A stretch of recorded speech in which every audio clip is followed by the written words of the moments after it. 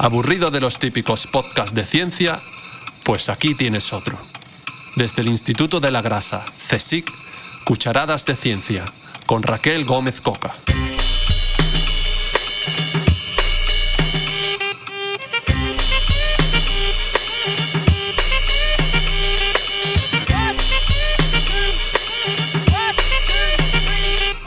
Bienvenidos a Cucharadas de Ciencia, conversaciones desde el Instituto de la Grasa. El podcast donde cada 2 semanas exploramos el fascinante mundo de la investigación en el sector de la alimentación y descubrimos los secretos detrás de los avances más recientes. Estamos con Raquel Gómez Coca, nuestra anfitriona en este viaje. Saludos desde nuestro rincón de la segunda planta del Instituto de la Grasa.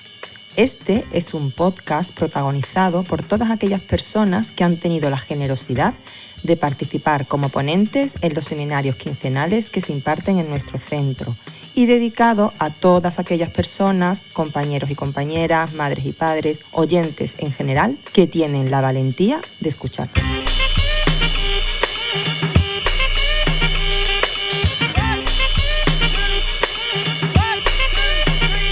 Hoy tenemos con nosotras a Alicia Sánchez García. Buenos días, Alicia. Buenos días. Experta en espectrometría de masas y que ha impartido recientemente un seminario con el título El servicio de espectrometría de masas del Instituto de la Grasa. Estamos muy emocionadas por sumergirnos en los detalles de este fascinante tema, pero antes de nada nos gustaría conocer a la persona dentro de la bata. Érase una vez una persona dentro de una bata. Como acabo de decir, antes de entrar en la perspectiva científica, pensamos que sería interesante conocerte a un nivel algo más personal y por eso hemos preparado un pequeño cuestionario. ¿Lista? Venga. Pues dinos de dónde eres, cuál es tu comida preferida y de qué color es tu pijama. Bueno, yo soy de Sevilla, nací en Sevilla y actualmente vivo aquí también. Mi comida favorita, pues la verdad es que tengo muchas, soy de buen comer. Me gusta prácticamente todo, menos los calamares a la riojana.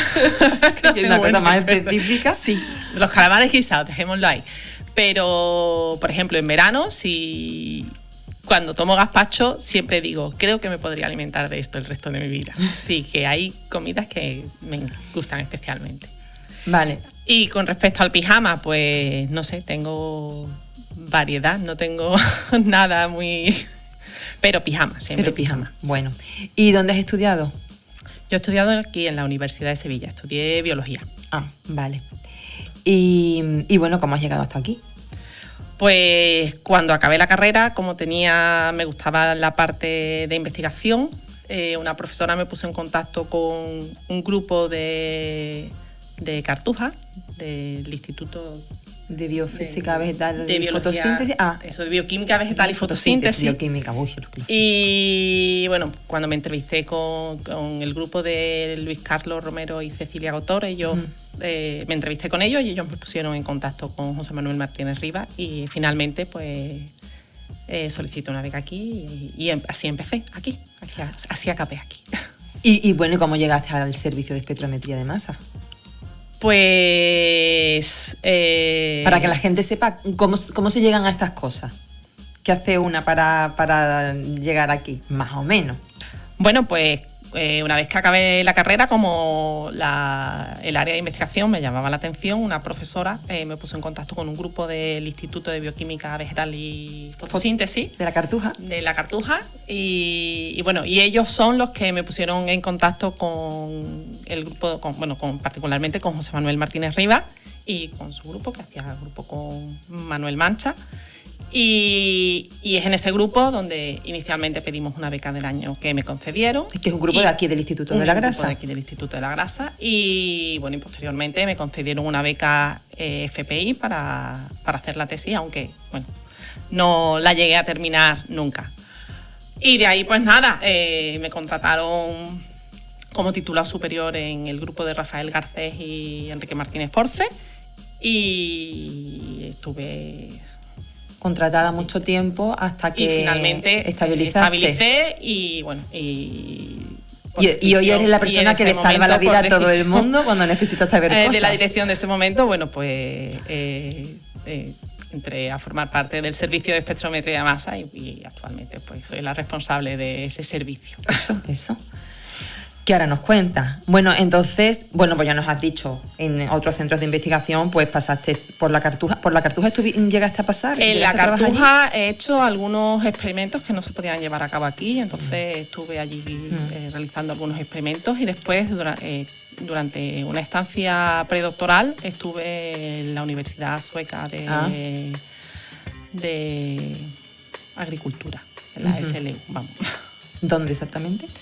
Estuve en Alnarp. Alnarp es un lugar en el mundo. Pero perdido en el mundo. Perdido en el mundo, en Suecia. Sí, está relativamente cerca de Malmo, que es la tercera ciudad más importante de Suecia. Sí, porque en Malmo hay aeropuerto. En Malmo hay aeropuerto, sí.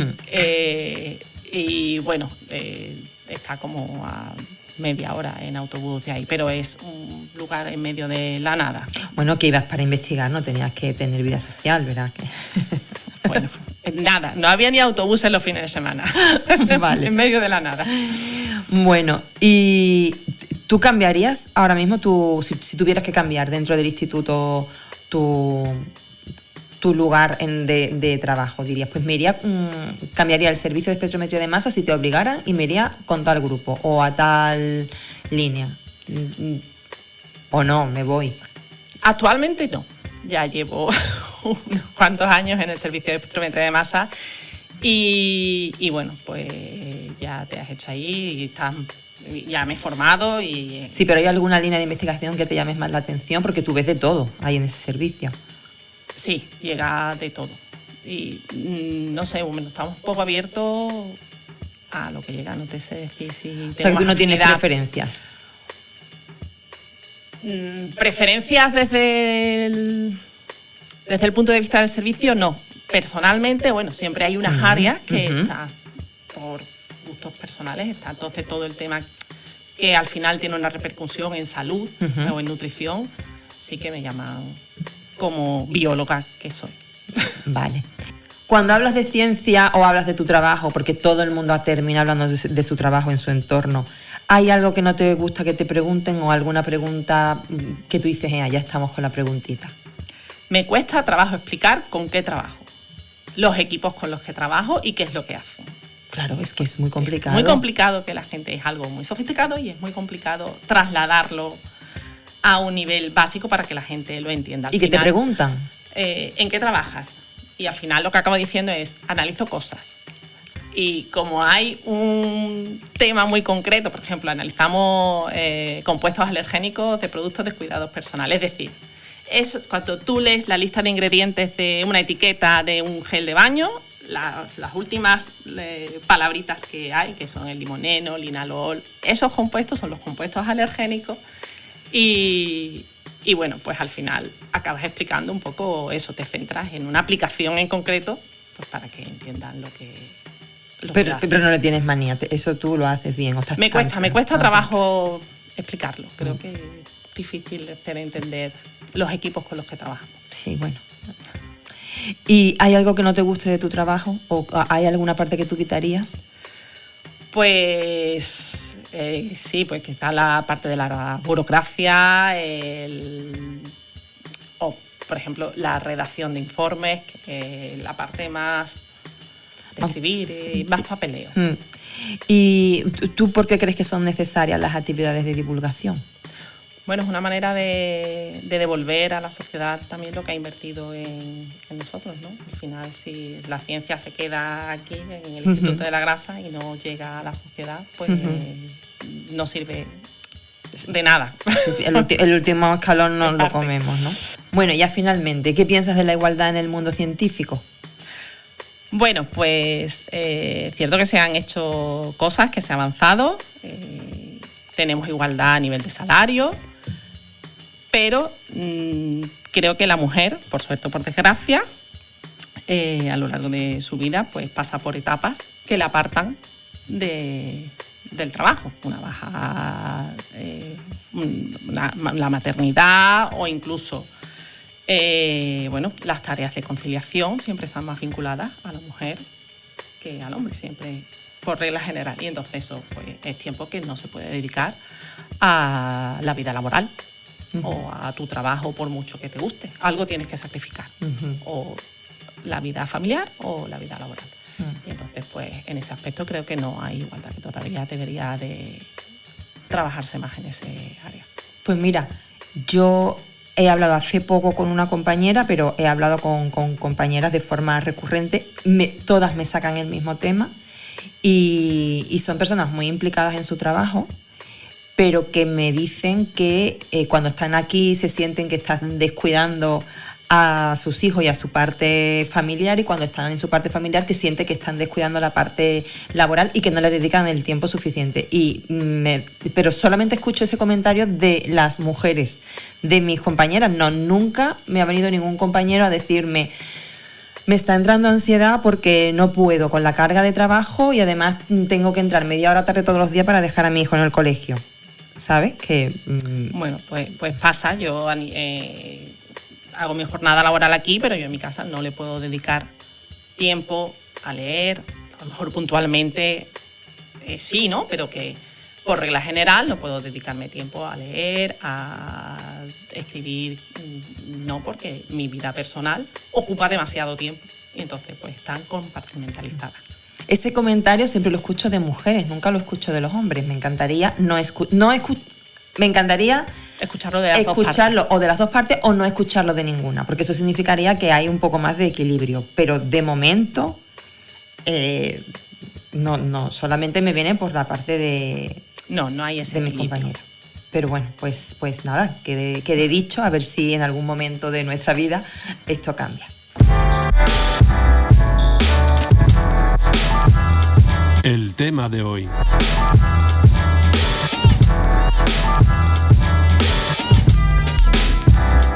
Y después de conocer un poco mejor a nuestra invitada, es momento de sumergirnos en el tema central de este episodio, porque si algo nos gusta en Cucharadas de Ciencia es combinar lo personal con lo profesional y entender cómo la ciencia también se construye desde las historias individuales. Hablemos ahora sobre el seminario que has impartido recientemente aquí en el Instituto de la Grasa, que como he dicho se titulaba El servicio de espectrometría de masas en el Instituto de la Grasa. ¿Puedes hacernos un resumen muy chiquitito de este tema y explicarnos por qué es relevante en tu campo? Bueno, pues el seminario, la finalidad que tenía era dar a conocer el servicio, ¿no? A las personas que asistieron. Hablar de los equipos que hay disponibles en el servicio, las funcionalidades y explicar algunas aplicaciones que hemos llevado a cabo, pues por si alguno de los oyentes pudiera estar interesados o le pudiera servir para su investigación. La versatilidad de las cosas que se pueden hacer con los equipos. Porque, claro, en el instituto tenemos departamentos, dentro de los departamentos tenemos grupos de investigación y los grupos de investigación no tienen de todo. Hay, digamos, servicios comunes como pasa con el servicio de espectrometría de masa. Entonces, básicamente, lo que los investigadores hacen o hacemos es bajar con una muestra y decirte que nos resuelvan la vida. Entonces... Bueno, no es tal que así en realidad. Puede ser así, pero no es tal que así. Pero sí, es cierto, a veces pues las muestras son muy complejas o el equipamiento que se necesita para solucionar el problema en cuestión es muy caro. Entonces, bueno, pues en los servicios se pide financiación para poder tener un equipamiento más puntero, más sofisticado y que sea capaz de resolver o llegar más allá que lo que puede llegar un equipo que tienen los investigadores en sus propios laboratorios.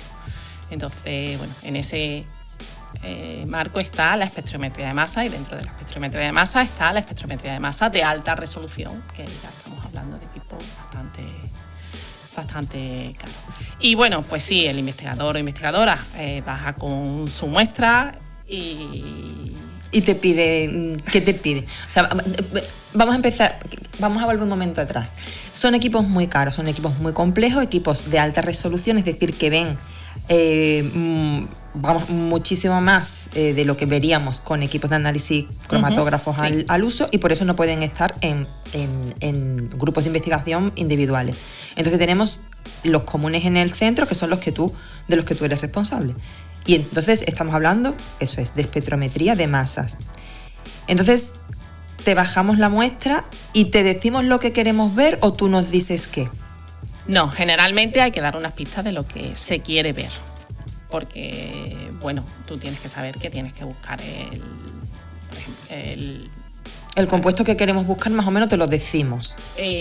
Sí, pero por eso decía yo, no es tal que así, porque en realidad, no son adivinos, los equipos no son adivinos, hay que tener una base. Y realmente los propios investigadores son los que saben más de su tema y de lo que van a encontrar, porque toda su trayectoria ha estado centrado en ese área de investigación.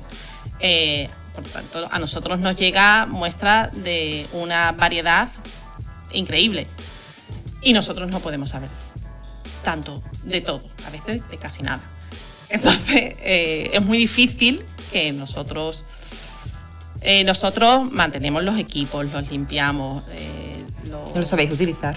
Lo sabemos utilizar, pero para poder, a lo mejor, decir este compuesto es lo que necesitamos es tiempo que no tenemos.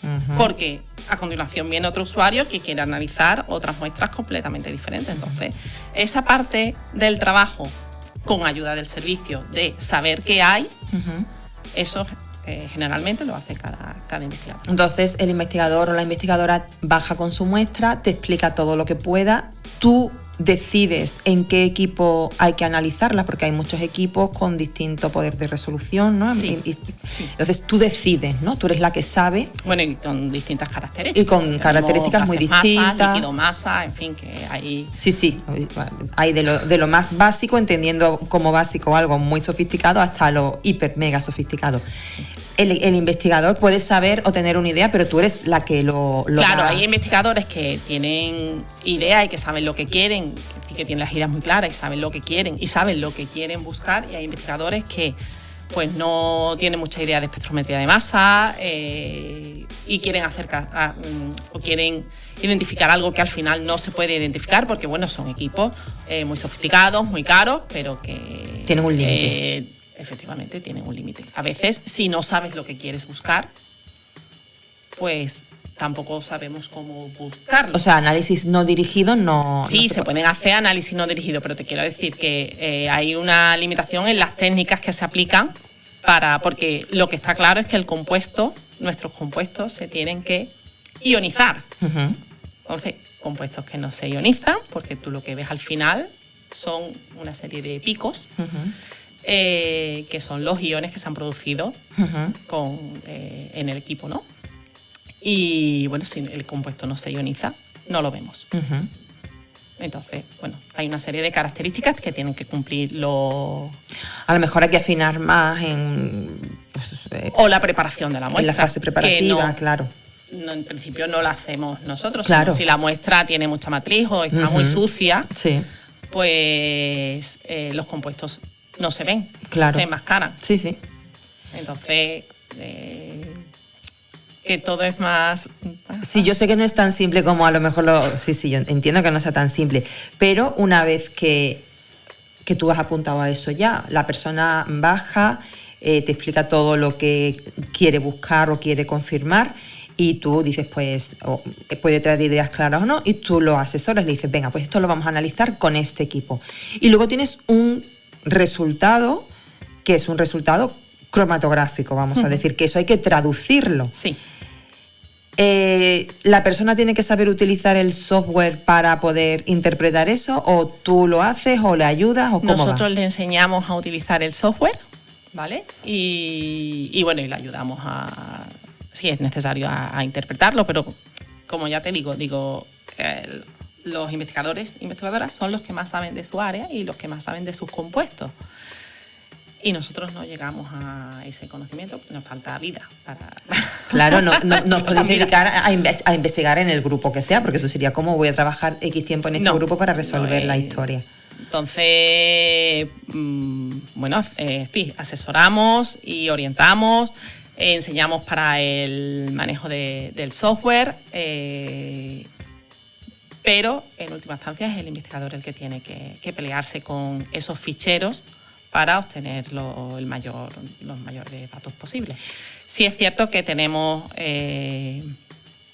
tenemos unas plataformas de diferentes software, vale, sobre todo para un área en concreto, para gases masa, ¿vale? Y que es software que es complejo y se pueden hacer muchas cosas. Es software muy versátil y se pueden hacer muchas cosas, y que el proceso de aprendizaje de ese software pues es largo, ¿no? Pero bueno, sirve para... ¿Y de cuánto tiempo estamos hablando? Desde que alguien baja con una muestra hasta que es capaz de saber algo de lo que quiere, entre que aprende... Pero es que depende del usuario. Claro, y entiendo que a lo mejor aprendes la primera vez y luego puedes volver a utilizarlo, o a lo mejor tienes que aprender el uso de un software nuevo, ¿no? Porque son distintas plataformas, ¿o es el mismo software común a todo? Cada equipo tiene su propio software. Los equipos no son de las mismas casas comerciales. Eso. Entonces cada equipo tiene su software. Y aparte, dependiendo del momento de adquisición del equipo, el software está más avanzado o menos avanzado. En 10 años el software ha dado un cambio radical. Lo que se puede hacer ahora no se podía hacer hace 10 años. Ahora mismo son software muy potentes y hacen muchísimas cosas. ¿Y esos ficheros se tienen que leer? O sea, ¿la persona va a trabajar abajo ese tiempo? ¿Se puede subir su fichero y tener el software instalado en algún equipo? Ahora mismo el software lo pueden tener instalado en su ordenador. Sí. Y ya trabajar con lo que tú... La mayoría de ellos. Depende del software. Hay software que hay que trabajar. Tenemos ordenadores, ahora mismo están instalados en la biblioteca, que son de uso compartido para los usuarios que lo necesiten. Ah, bien, no tienen que estar allí en el servicio, sino que se van a la biblioteca. No están en el servicio. En el servicio están los que controlan los equipos, pero los ordenadores que están a disposición de los usuarios están en la biblioteca. ¿Y los archivos que se generan cada vez que tú haces un análisis son para ser leídos específicamente por un software, no son intercambiables con otro, que digan, pues yo estoy más... No, porque yo estoy más familiarizada con este, lo voy a intentar leer. No, ahora mismo no se puede hacer eso. Y eso ya, recientemente hemos tenido la formación de un software de uno de los equipos, y esa era una de las preguntas, porque realmente la versatilidad del software es estupenda, y por aplicar todo ese potencial a otros ficheros, y en principio no se puede. Claro, porque en otros casas comerciales diferentes y nada más que leer los ficheros de estos equipos. Claro, no los de otra casa es que comercial. claro, si tú imagínate, tienes resultados que has obtenido con otro equipo, poder leerlos con un software distinto abriría mucho el campo, porque además tú estás más familiarizada. Hombre, para nosotros sería de mucha utilidad, porque los resultados que se obtienen, o los ficheros que se obtienen del equipo de líquido masa, que es un equipo que tiene 15 años, pues no se pueden exportar para el software más actual que tenemos dedicado a gases masa. Por ejemplo. Ya. Bueno, hablar de lo que es un espectrómetro de masas, hablar de los fundamentos, entiendo que se nos va a escapar porque es muy, muy complejo, muy difícil, y no queremos aburrir a nadie, que para mí es muy interesante, pero entiendo que no para todo el mundo. Pero alguien que esté escuchando esto y no sea del instituto, ¿puede venir a utilizarlo? A utilizarlo. O sea, no. puede pedir. No, eso no lo toca nadie. Los equipos lo toca la persona encargada de cada equipo, pero eso debe ser así en todas partes. Porque muchas manos al final es lo peor que puede pasar. Pero, ¿puede utilizar alguien este servicio? ¿Es un servicio al exterior o sí, es nuestro? Es un servicio de apoyo a la investigación que está centrado principalmente en los investigadores del propio centro, del Instituto de la Grasa o del Consejo, y también da servicio a otras instituciones públicas, universidades, otros centros de investigaciones autonómicos o a empresas privadas. De hecho, comentaba inicialmente el tema de los alérgenos. Es una prestación que se desarrolló en base a una petición por parte de una empresa. Uh-huh. Es decir, a nivel... ¿Y qué tienen que hacer? Alguien que diga, ay, pues yo no sabía eso, quiero analizar esto, ¿qué hago? Bueno, pues se pone en contacto con el servicio. En la web del instituto estará, ¿no? Del instituto están las vías de contacto, ya sea por mail, por teléfono. Tenemos una hoja de solicitud de prestación y bueno, pues las rellenan y las envían con sus muestras. Hombre, está bien que se pongan en contacto previamente para saber también la disponibilidad del servicio, ¿no? Pasa mucho. La parte de líquido masa, que está muy centrada como apoya la investigación aquí en el propio centro, entonces preguntan, dice, oye, ponme en la lista de... Ponme en la lista de espera. ¿Cómo está el líquido? Ponme en la lista de espera. Ah, pues mira, tú eres el primero, ya puedes pasar la muestra. Es que hoy en día yo creo que prácticamente tiene que pasar todo por el masas, porque al final los análisis... Bueno, es la parte, la técnica de identificación más fiable que claro. existe. Entonces, al final, si estás con cualquier compuesto que estés trabajando, busques lo que busques, si te lo quieres creer, digamos, sí, tiene que pasar por ahí. Bueno, por encima está el RMN, pero vamos, el masa y los equipos de alta resolución de espectrometría de masa son muy fiables. Vale. Pues nos ha encantado escucharte. A mí me parece súper interesante. Yo te preguntaría bueno, te lo voy a preguntar, pero después del podcast. Y bueno, pues nada, paramos aquí este viaje por esta técnica tan útil y tan apasionante y por supuesto porque hayas tenido la paciencia de contarnos cómo funciona el servicio. Muchas gracias por compartir con nosotras tu trabajo y tu entusiasmo. De nada.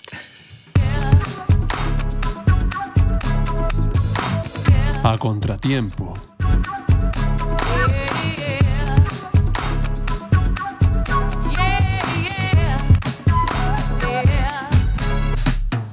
Hoy Javier nos va a contar un rollo, o más bien nos va a hablar de muchos rollos, porque son más de 900 y son los rollos del Mar Muerto, donde la investigación muestra una de las aplicaciones más fascinantes de las técnicas modernas a la arqueología. Estos manuscritos tienen unos 2000 años de antigüedad y para su estudio se ha utilizado ¿el qué? Pues la espectrometría de masas, resolviendo misterios que el ojo humano pues simplemente no puede ver. Así que nada, vamos a hallar con Javier y sus rollos. Imagina un manuscrito que ha sobrevivido 2000 años en el corazón del desierto. Un texto escrito en pergamino de cuero de oveja o cabra, o quizá en una lámina de papiro, que ha pasado de mano en mano, expuesto a la intemperie, a tratamientos de recuperación improvisados, a veces dañinos, y que aún así ha llegado hasta nosotros. Ahora, imagina que pese a su fragilidad, encierra secretos invisibles al ojo humano, secretos que solo pueden ser revelados por la tecnología más puntera. Hoy hablaremos de los rollos del Mar Muerto y de cómo la espectrometría de masas ha permitido desvelar misterios que durante siglos habían permanecido ocultos. Los rollos del Mar Muerto constituyen una de las mayores revelaciones arqueológicas del siglo XX. Fueron descubiertos en un periodo de 10 años, entre 1946 y 1956, en las cuevas de Qumran, en el desierto de Judea. Hoy en día, estas cuevas constituyen un parque nacional en Cisjordania, Palestina, muy cerca de la costa del Mar Muerto. Estos manuscritos, que datan aproximadamente entre el 250 a.C.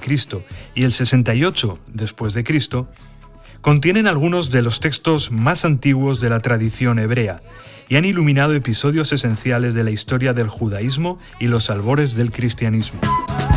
Pero también son un puzzle, un conjunto de miles de fragmentos que han sufrido deterioros de todo tipo, desde el paso del tiempo hasta conservaciones inapropiadas, como el uso de cintas adhesivas y aceites que con buena intención intentaron estabilizarlos en sus primeros años fuera de las cuevas.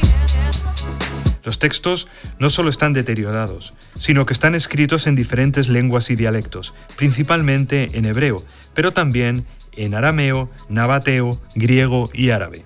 De ahí la dificultad de desentrañar su contenido.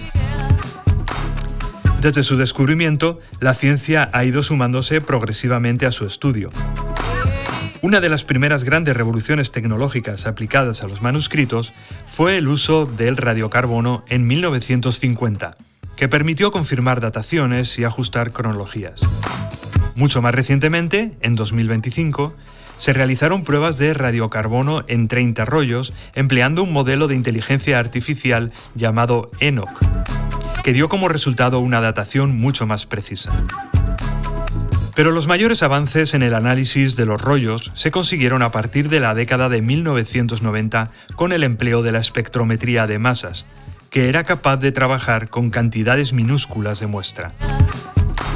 Sin embargo, extraer material de un manuscrito tan frágil es un acto delicado, y por ello surgió la necesidad de utilizar métodos aún menos invasivos.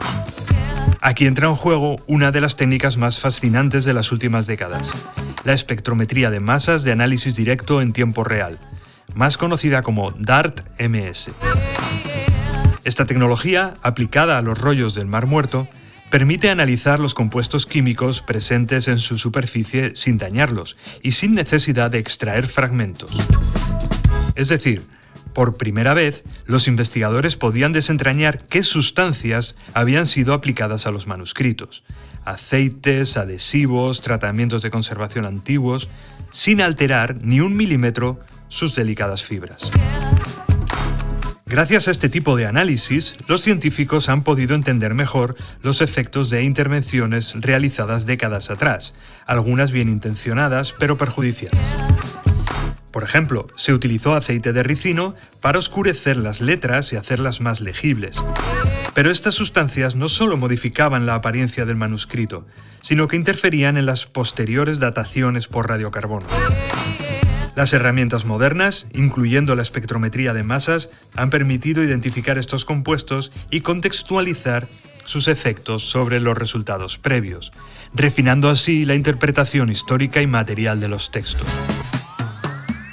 Pero la espectrometría de masas no solo es útil para rastrear tratamientos antiguos, también permite analizar la composición del material original, la naturaleza del pergamino, los tipos de tintas, los aditivos utilizados por los escribas, entre otros. En algunos casos, estas características han servido para identificar la procedencia de fragmentos y reconstruir piezas dispersas que pertenecían originalmente a un mismo rollo. Esta tecnología funciona detectando la masa de moléculas y fragmentos moleculares cuando son ionizados para ofrecer una huella química, revelando componentes que se encuentran en concentraciones minúsculas. En el caso de los rollos del Mar Muerto, esta mirada microscópica ha sido esencial para reconstruir su historia material, aportar datos sobre su fabricación y, sobre todo, ayudar a preservar lo que queda de ellos.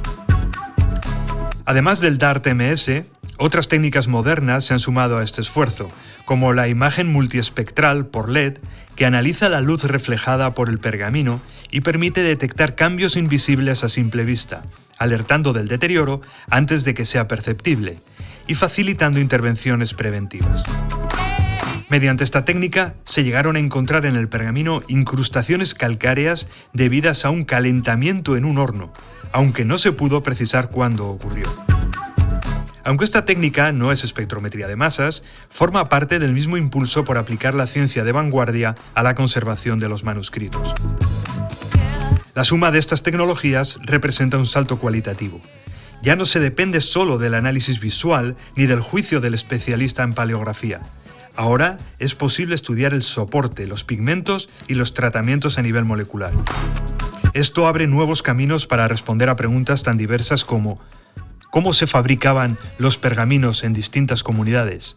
¿Qué tintas eran más estables? ¿Qué relación existe entre fragmentos encontrados en cuevas diferentes? Estas técnicas también han permitido corregir errores históricos. Algunos aceites aplicados en el pasado afectaron a las dataciones, de modo que los estudios modernos han tenido que volver a limpiar los fragmentos para eliminar esos aceites y realizar nuevas mediciones más precisas. Con ayuda de estas técnicas complementarias, la cronología de los rollos es hoy más exacta que nunca, permitiendo aproximaciones más finas a las prácticas escritutarias y religiosas de su tiempo. Es fascinante pensar que lo que hoy percibimos como antiguo, los pergaminos en piel de cabra y oveja, eran de hecho tecnología punta en su momento. Hoy la espectrometría de masas es tecnología punta, pero quedará obsoleta en el futuro y tendremos otras herramientas aún más precisas para contactarnos con la historia. Aquí terminamos por hoy. Espero que te haya gustado esta historia y nos vemos en el próximo A Contratiempo. Y con esto llegamos al final de otro episodio de Cucharadas de Ciencia. Agradecemos una vez más a Alicia que haya compartido este tiempo con nosotros. Muchas gracias, Alicia.